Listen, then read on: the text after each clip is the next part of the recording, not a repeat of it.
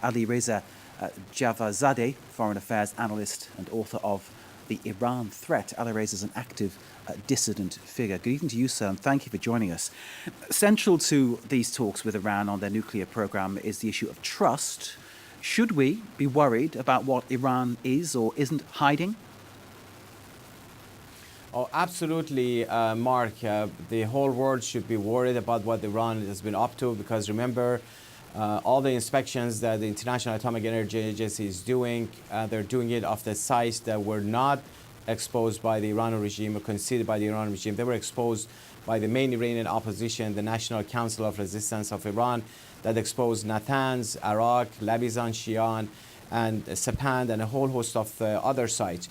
There was another revelation that the Iranian resistance did just on the Tuesday, that they say the northeast of Tehran, in a military zone known as Lavizan-3, Iran is secretly doing research and development with advanced centrifuge machines in underground facilities, and the IAEA needs to go there. Remember, this whole enrichment program of Iran is not for peaceful purposes. It was designed and built from day one to give Iran, the Iranian regime, the ability to build a bomb. And this is a very serious concern of the Iranian people, because they feel if Iran gets the bomb, it will prolong the rule of the Ayatollahs. It's also a serious concern for all the countries in the region. You ask the Arab states in the region, you ask the member states of the Persian Gulf, they all have the same concern. I have to point out that Iran always says, and you know what I'm going to say, that they want nuclear power for peaceful purposes. I have to put that out in terms of balance. You mentioned Lavizan 3 and a series of other places too, Alireza. How conclusive is the proof that these places exist? I mean, it sounds like far-fetched James Bond type plots. And if it does exist, of course, this means the Iranians are lying. Well, absolutely that's the case. And there's one easy way to determine the veracity of this issue, and that's the way to get the International Atomic Energy Agency to go and inspect those sites. Remember, when we first exposed the nuclear site in Natanz, the Iranian regime official position in the beginning is that, you know, we have nothing to hide and all of that. Yet when the Americans and the other countries pushed for the IAEA to go and inspect the site, they found the centrifuge machines on the ground. The same situation in the case of, Lavizan-shian. The Iran regime, before they took the IAEA, they razed all the buildings. They tried to remove all the evidence, but yet the IAEA found traces of highly enriched uranium.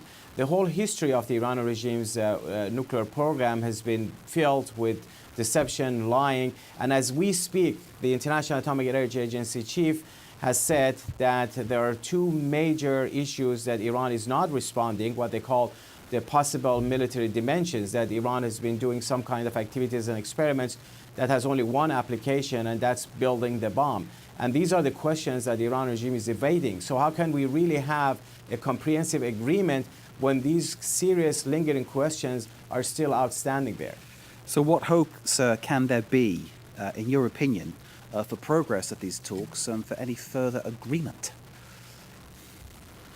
I think what we need to do is just learn from the lessons in the past that Tehran only responds to decisiveness and firmness. When there is pressure, then they will have to take at least some steps.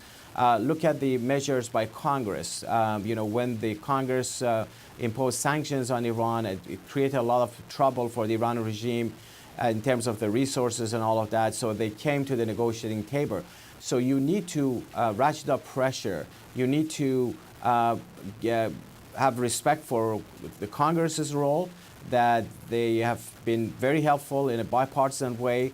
They need to continue to play their role. They want to have a say over how the outcome of these talks are going to be. They want to be able to impose further sanctions if the Iran regime walks away from the talks or violates the terms of any kind of agreement that they may reach out. But I think at the end of the day, Mark, many members of Congress believe that the ultimate solution is that to help the Iranian people, stand on the side of the Iranian people as they are trying to change the situation. Many people feel so long as you have this regime in power, they're not going to abandon their nuclear weapons program. They want to negotiate their way into getting the bomb. So one serious option is to see what the Iranian opposition has to say. They want a non-nuclear Iran. They are working to undermine the nuclear weapons program of Iran, and they are a far better partner for the rest of the world than the Iranian regime is, and they certainly have the support of the majority of the Iranian people who dislike this regime, and they want to see change, as was evidenced in the summer of 2009 when those anti-government demonstrations erupted all over the country. This is the real issue that needs to be addressed. Those demonstrations, we remember, of course, so well covered at great length here on France 24. So thank you very much indeed, Alireza Jafarzadeh.